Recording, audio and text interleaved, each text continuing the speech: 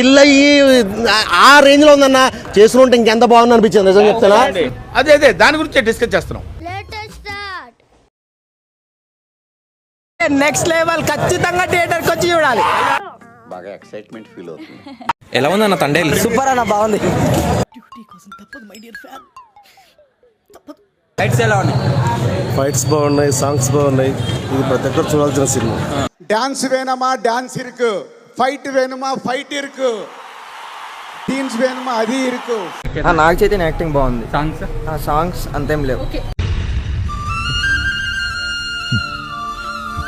అలా కాదు పిచ్చోడా.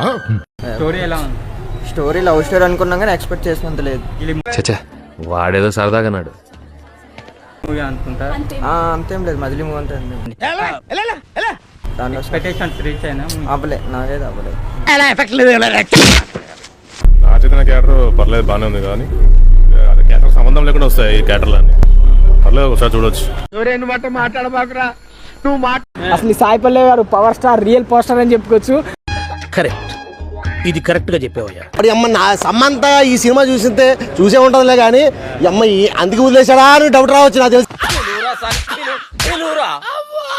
తగులుతుందన్న ఇంకా నా బుజ్జి తల్లి.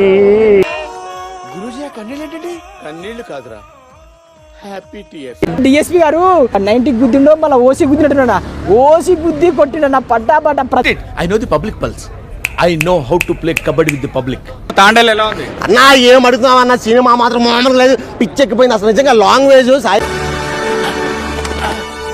ఒక్క ముక్కలు చెప్పాలంటే పుష్ప రికార్డ్ ఖచ్చితంగా బదులు కొడుతుంది ఈ సినిమా.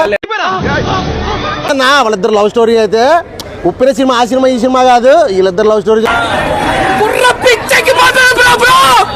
పెళ్ళై ఉంటే ఇంకెంత బాగుందా అనిపించింది. చేసుకుని ఉంటే అసలు నిజంగా పెళ్ళయి ఆ రేంజ్ లో ఉందన్న. థ్యాంక్ యూ అన్న. చేసుకుంటే ఇంకెంత బాగుంది అనిపించింది నిజం చెప్తానా. అదే దాని గురించి డిస్కస్ చేస్తున్నాం. థ్యాంక్ యూ అన్న, వెళ్తాను. ఏంట్రా ఏంటి ఏడుస్తున్నావు? వచ్చేసి 3 రోజులైంది సార్.